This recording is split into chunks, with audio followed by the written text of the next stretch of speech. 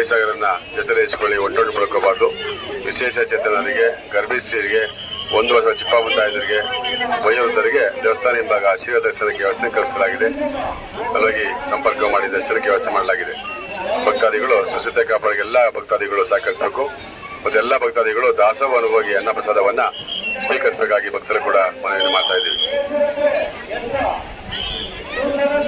ಭಕ್ತಾದಿ ಮನವಿ, ದರ್ಶನಕ್ಕೆ ಇಲ್ಲಿಂದಲೇ ಸರದಿ ಸಾಲವಾಗಿ ದರ್ಶನ ಮಾಡ್ಕೊಳ್ಳಿ. ಯಾವುದೇ ವಿಷಯ ದರ್ಶನಕ್ಕೆ ಅವಕಾಶ ಇರಲ್ಲ. ನಿಮ್ಮ ಬೆಲೆ ಬಾಳುವ ವಸ್ತುಗಳ ಬಗ್ಗೆ ಹೆಚ್ಚು ಗಮನವನ್ನು ಹರಿಸಬೇಕು. ದಯವಿಟ್ಟು ಭಕ್ತರು ಸರದಿ ಸಾಲವಾಗ ಗಾಜು ಮಳೆ ಕಟ್ಟೋದು, ಪಿನ್ನಾಕಿ ದಾರ ಕಟ್ಟೋದು ಎಲ್ಲ ಮಾಡಬಾರ್ದು.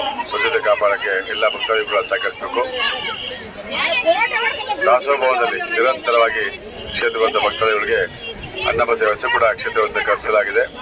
ಎಲ್ಲ ಭಕ್ತಾದಿಗಳು ದಾಸೋಭವನಕ್ಕೆ ಹೋಗಿ ಅನ್ನಪ್ರಸಾದವನ್ನ ಸ್ವೀಕಾರ ಮಾಡಿ, ಅನ್ನದಾನಕ್ಕೆ ಅಂತೇಳಿ ಒಂದಿಷ್ಟು ಅಕ್ಕಿ, ತೆಂಗಿನಕಾಯಿ, ಅಡಿಗೆ ಎಣ್ಣೆ, ಬೆಲ್ಲ, ಉಪ್ಪು, ತರಕಾರಿ ತಗೊಂಬಂದಿರ್ತೀರ, ಒತ್ಕೊಂಡು ಲೈನ್ಗೆ ಹೋಗಬಾರ್ದು. ಕ್ಷೇತ್ರದ ಆವರಣದಲ್ಲಿ ಸ್ವೀಕೃತಿ ಕೇಂದ್ರ, ಮಾಹಿತಿ ಕೇಂದ್ರ ಇದೆ. ಆ ತಂದುಕೊಟ್ಟು ಹೆಸರು ನೋಂದಾಯಿಸಿ ಪ್ರಸಾದವನ್ನ ಪಡ್ಕೊಳ್ಳಿ.